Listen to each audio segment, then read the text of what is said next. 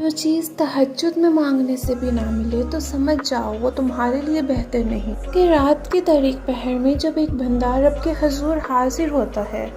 تہجد وہ وقت ہے جب بندہ اپنے رب سے ملاقات کرتا ہے تو رب اپنے بندے کے دل میں آنے والی ہر دعا کو قبول کرتا ہے۔ سنو، تم خود سجدہ نہیں کرتے، تمہیں سجدوں کے لیے چنا جاتا ہے۔ یہ دنیا والوں سے توڑ کر اللہ خود سے جوڑ لیتا ہے۔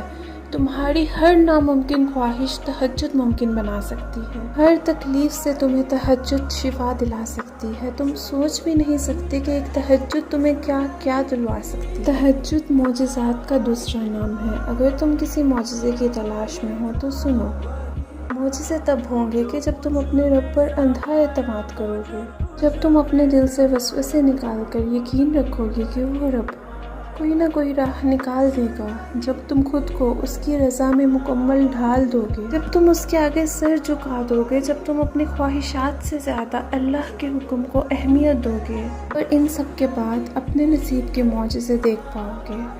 جب تمہیں قبول ہوتی نظر نہ آئے تو سمجھ جاؤ اللہ تم سے رابطہ رکھنا چاہتا ہے، تو بس پھر اس پر بھروسہ رکھو، اس کے کن کا انتظار کرو، یہ دکھ بھی ختم ہو جائے گا اور یہ وقت بھی گزر جائے گا۔